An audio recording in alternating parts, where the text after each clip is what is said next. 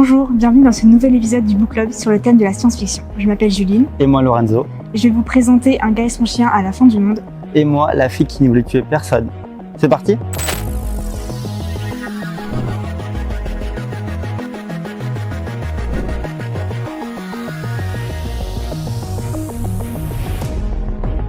Ava, une jeune fille qui vit dans une fédération où la moitié de la population a été décimée et contrainte du jour au lendemain après un référendum de tuer la personne qu'elle aime. Mais cette fois-ci, elle décide de désobéir et de se mettre à dos la fédération. J'ai beaucoup aimé ce livre, l'héroïne qu'on suit est très intrépide, l'univers qui est créé est très sympa et très prenant à lire.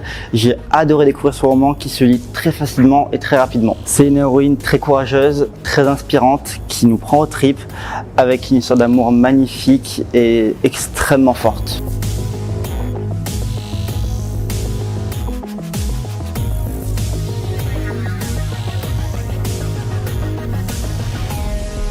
Je vais vous présenter Un gars et son chien à la fin du monde de C.A. Fletcher. C'est un roman science-fiction qui se passe quelques générations après que l'humanité n'est plus capable de procréer. Le concept de ce roman est assez simple. Il y a très peu d'êtres humains sur Terre, ce qui fait que la plupart des êtres humains vivent presque totalement en autarcie. Donc, quand Grise et sa famille vont rencontrer un étranger nommé Brand, ils vont tout de suite s'en méfier, à juste titre, puisque la nuit tombée, il va s'emparer de toutes leurs provisions et un des chiens de Grise. À la suite de ça, Grise va prendre son deuxième chien, son bateau, et partir à sa poursuite. Il va se retrouver sur la terre ferme où il va découvrir les déchets de notre société. Et notamment, une chose qui m'a beaucoup marquée, c'est sa première rencontre avec une statue. Puisqu'il va être à la fois effrayé et fasciné, ce qui va beaucoup caractériser ce qui se passe dans son livre et sa découverte de notre monde. En plus de ça, la détermination et la ténacité de ce personnage font de lui quelqu'un de vraiment remarquable, puisque ça va lui permettre d'avancer quoi qu'il arrive, et même malgré ses doutes, il va continuer à avancer pour avoir la chance de pouvoir un jour revoir son chien qu'on lui a volé.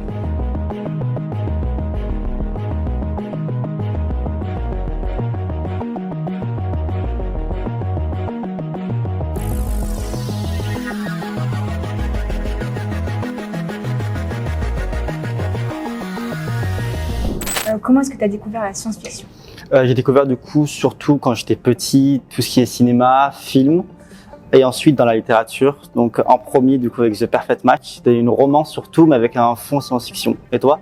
Moi j'ai commencé aussi par le cinéma, avec Hunger Games, Le Labyrinthe, d'abord en film, puis après j'ai lu les livres. Moi j'ai lu récemment, c'était La Nuit des Temps de Barjavel, je sais pas si tu l'as lu, c'est un gros classique en plus, je l'ai écouté en audio.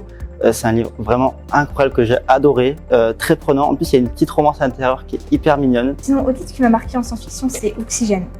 Je ne me rappelle plus le nom d'auteur, mais je me souviens que c'était dans un monde où l'air était tellement pollué qu'ils avaient besoin d'avoir comme des bouteilles de gaz, d'oxygène du coup, dans le dos pour respirer. Okay. Et donc c'est une jeune femme qui va essayer de changer les choses pour comprendre pourquoi est-ce que l'air est oxygéné et d'où vient cet oxygène alors que l'extérieur c'est pollué, donc tu peux pas respirer l'air. Parce que moi, ce que j'aime bien dans la science-fiction, c'est qu'on voit les personnages qui se rebellent un peu contre le pouvoir. Oui, moi aussi, j'adore tout. Hunger Games, comme tu l'as cité, ouais. J'ai adoré les 3 tomes et j'ai jamais vu les films avant l'année dernière et j'ai adoré découvrir Katniss.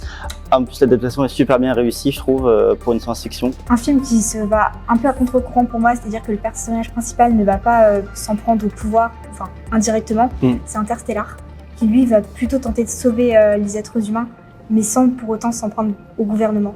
Du coup, ce que j'aime surtout dans la science-fiction, c'est la rébellion, comme tu l'as dit tout à l'heure. J'adore cette façon dont les personnages se rebellent contre leur société, un gouvernement, un État, ou contre même une idéologie qui est souvent malsaine, on va dire. Voilà. On essaie de nous faire peur tout en montrant qu'il y a toujours des solutions. C'est ça, voilà, tout à fait.